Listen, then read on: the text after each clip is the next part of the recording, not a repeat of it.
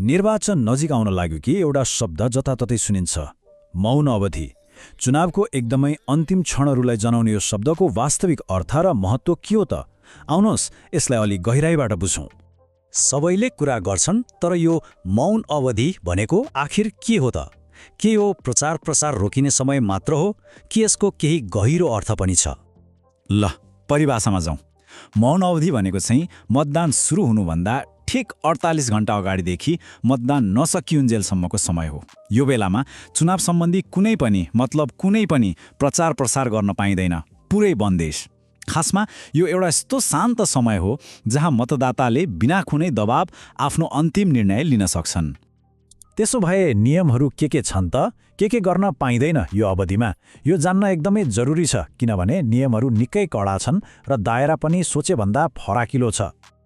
अब हेरौँ है, यो अवधिमा भाषण, सभा वा कुनै पनि किसिमको भेला गर्न त पाइएन। भोट माग्ने त कुरै छाडौँ। अनि एउटा रोचक कुरा के छ भने यो नियम सामाजिक सञ्जालमा पनि लागू हुन्छ।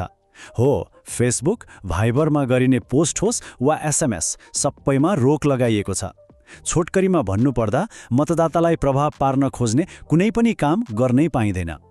यति मात्रै होइन नि, आचार संहितामा एउटा अर्को महत्त्वपूर्ण नियम पनि छ। मतदान केन्द्रको 300 मिटर वरिपरि कुनै पनि प्रचार सामग्री जस्तै झण्डा, पोस्टर, ब्यानर केही पनि राख्न पाइँदैन, सबै हटाउनुपर्छ। यसले मतदान स्थललाई एकदमै निष्पक्ष र शान्त राख्न मद्दत गर्छ। ल, नियम त थाहा भयो, तर कसैले यी नियमहरू तोड्यो भने के हुन्छ त? हेर्नुहोस्, निर्वाचन आयोग यो विषयमा एकदमै गम्भीर छ। कारवाही साँच्चै कडा हुन सक्छ। यसबारेमा कार्यवाहक प्रमुख निर्वाचन आयुक्त रामप्रसाद भण्डारीले के भन्नुभएको छ सुनौ।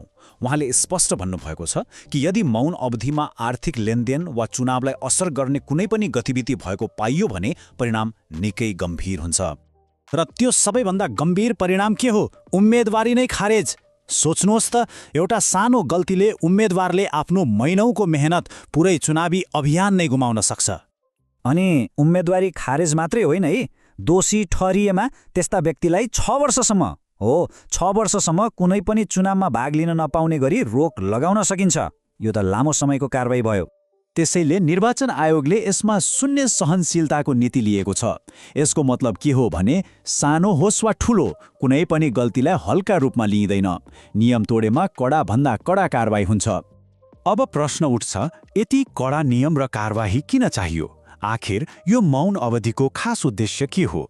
के यो एउटा परम्परा मात्र हो कि यसले हाम्रो लोकतान्त्रिक प्रक्रियामा साँच्चै केही अर्थ राख्छ? पूर्व प्रमुख निर्वाचन आयुक्त दिनेश कुमार थप्लियाको एउटा भनाइले यसको सार बताउँछ। उहाँ भन्नुहुन्छ, मौन अवधि भनेको मतदाताले फ्रेस भएर, मतलब कुनै पनि बाहिरी होहल्ला वा दबाव बिना शान्त दिमागले आफ्नो अन्तिम निर्णय लिने समय हो। यसका 3वटा मुख्य लक्ष्यहरू छन्। पहिलो, मतदातालाई सोच्नको लागि शान्त समय दिनु, ताकि उनीहरूले कुनै हल्लाखल्ला बिना आफ्नो निर्णय गर्न सकुन्। दोस्रो, यसले गर्दा स्वच्छ र स्वतन्त्र मतदान सुनिश्चित हुन्छ। र तेस्रो, सुरक्षा व्यवस्थापन गर्न पनि सजिलो हुन्छ, जसले गर्दा मतदान प्रक्रिया नै शान्तिपूर्ण बन्छ। त्यसैले मौन अवधि भनेको प्रचार रोक्ने समय मात्रै होइन रहेछ। यो त स्वच्छ र निष्पक्ष निर्वाचनको एउटा एकदमै महत्त्वपूर्ण आधार हो। यसको मुख्य सार यही हो। मौन अवधिले मतदाताको अन्तिम निर्णयलाई चुनावको अन्तिम घडीमा आउने दबाव, प्रलोभन र हल्लाबाट जोगाउने एउटा सुरक्षा कवचको काम गर्छ। तर अन्तिममा एउटा प्रश्नबारे सोच्न सकिन्छ, के साँच्चै यो 48 घण्टाको मौनताले निर्वाचनको निष्पक्षतालाई बढाउँछ त? वा यो केवल एउटा प्रक्रिया मात्रै हो? यसको प्रभावकारितामाथि विमर्श गर्न जरुरी छ कि?